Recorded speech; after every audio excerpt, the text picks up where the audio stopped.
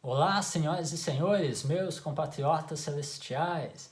Eu gostaria de fazer alguns comentários a respeito desta edição do jornal O Caminho da IECLB, Igreja Evangélica de Confissão Luterana no Brasil, igreja da qual eu sou membro desde que eu me conheço por gente, que eu participo lá ativamente. O texto que eu gostaria de comentar, ele é de autoria do pastor Dr. William Sell, que eu conheço pessoalmente, já nos encontramos aí em congressos acadêmicos ou mesmo no Congresso de Jovens de São Bento do Sul. E o texto dele se chama Flexibilizar o porte de armas. Não fica muito claro para mim se ele está tratando tão somente do porte mesmo, de andar com ela na rua, ou também da posse de armas, de ter uma arma de fogo em casa. Se eu o conheço, eu imagino, eu pressuponho de que ele esteja falando das duas coisas, é o que dá a entender aqui no texto, então eu vou partir desse pressuposto, tá legal? Ele menciona que Aristóteles, aquela ideia do ser humano enquanto animal político, também Hannah Arendt, Max Weber e, claro, o Dietrich Bonhoeffer também é muito mencionado aqui. A conclusão do pastor Willem é que não, que o Estado não deve flexibilizar o porte de armas, que as armas de fogo elas devem estar concentradas nas mãos do Estado. Que é o Estado quem teria esse aporte para legitimamente, como é que as palavras que ele usa, fazer uso pontual da violência. No final do texto, ele diz que se o Estado assim o fizesse, se ele permitisse, se ele dividisse com o indivíduo essa responsabilidade sobre proteger o bom e punir o mal, ele estaria assim, ele se omite da sua vocação e responsabilidade, atesta sua falta em proteger e promover a vida, dá maior espaço ao mal, criando possibilidade de vingança e violência entre as pessoas. Bem, sobre isso, eu gostaria de indicar esse livrozinho aqui do Bené Barbosa, tá? Mentiram para mim sobre desarmamento. Aqui você pode dar uma conferida na questão das estatísticas e tudo mais. É até interessante notar como os estados aqui no Brasil, não estamos falando do contexto norte-americano, como às vezes se menciona, de que, porque nos Estados Unidos tem arma liberada e não fica acontecendo aquela violência toda, e aí o pessoal vai argumentar que, mas aqui no Brasil é diferente, a cultura é diferente. Não, estou falando do contexto do Brasil. Se nós pegamos os estados mais ao sul, que tem um número muito maior de armas de fogo registradas, o nível de violência costuma ser muito menor do que estados mais para cima, onde o número de armas de fogo é muito menor.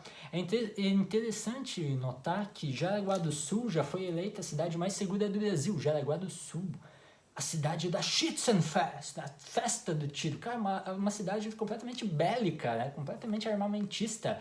E foi a cidade mais segura do Brasil. Então, vamos com calma. Isso aqui não há dados para colocar esse tipo de associação com o porte de armas da pessoa comum com vinganças e coisa assim.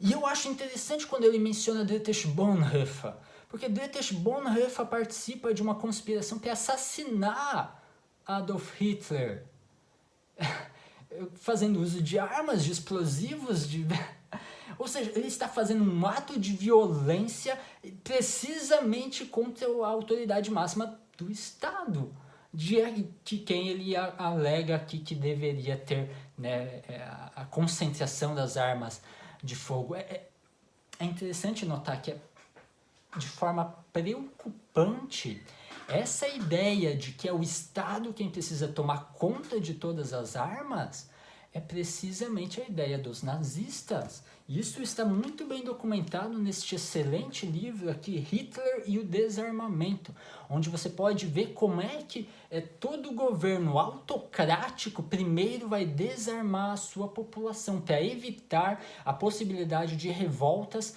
armadas. Então Hitler, uma das primeiras coisas que esse cara faz é justamente desarmar a população, os judeus, os seus inimigos, os inimigos do Reich e tudo mais. Cara, e aí, claro, se menciona a ideia de Lutero, da mão esquerda, não com essas palavras, mas Lutero tem aquela ideia da mão esquerda de Deus, a mão da espada, né? Então ele coloca nessa perspectiva, então, de o Estado sendo a mão esquerda de Deus, faz uso da espada, dessa violência para manter a paz e a ordem, etc. e tal. Mas eu quero ler aqui no Lutero, nas obras selecionadas, né, lá da autoridade cristã e até que ponto se lhe deve obediência, onde ele fala assim também, né, de que é teu dever servir a espada, promovê-la de todas as formas, com a sua vida, bens, honra e alma, etc e tal. Pois trata-se de uma obra da qual não necessitas, mas que é extremamente útil e necessária para todo mundo e para o teu próximo. No sentido de que, se nós vivemos uma sociedade cristã, completamente cristã, a gente parte do pressuposto de que as pessoas não entrariam umas nas casas das outras a fim de assassiná-las, a fim de estuprar suas mulheres, roubar os seus bens e coisas do tipo. Então eu não precisaria estar munido aqui com uma pistola, com uma 12, alguma coisa assim, a fim de refrear esse tipo de coisa. Por isso, ao veres aqui, essa é a parte que eu quero mencionar. Ao veres que a falta de carrasco, agente policial, juiz, senhor ou príncipe, e te julgares apto, deverias oferecer e candidatar-se para que, de forma alguma, a autoridade tão necessária seja desprezada, enfraquecida ou desapareça, pois o mundo não consegue prescindi-la. A gente pode até entender que aqui Lutero está falando no sentido de você se candidatar à vaga de um policial, por um exemplo, né? A gente pode entender dessa forma. Mas, meu amigo, a hora que um invasor mal intencionado adentra na sua residência, é precisamente nesta situação que você está na falta de um carrasco e de um agente policial. Nesta hora você tem a obrigação de defender você mesmo, defender a sua esposa, defender os filhos contra um invasor mal intencionado. E para isso as armas de fogo são necessárias. É claro que a partir da palavra de Deus nós não temos... não há a possibilidade da vingança, no sentido de eu hoje querer ir atrás de alguém que sei lá, me assaltou, que alguma coisa assim. Não, aí é vingança, isso sim compete ao Estado. Mas no sentido de defender a quem em primeira instância, de impedir que coisas ruins aconteçam, e coisas ruins acontecem no mundo real, tá? Ali você tem o dever de defender. E é por isso que eu sigo sendo luterano, entendendo da teologia luterana e defendendo sim a posse e o porte de armas de fogo.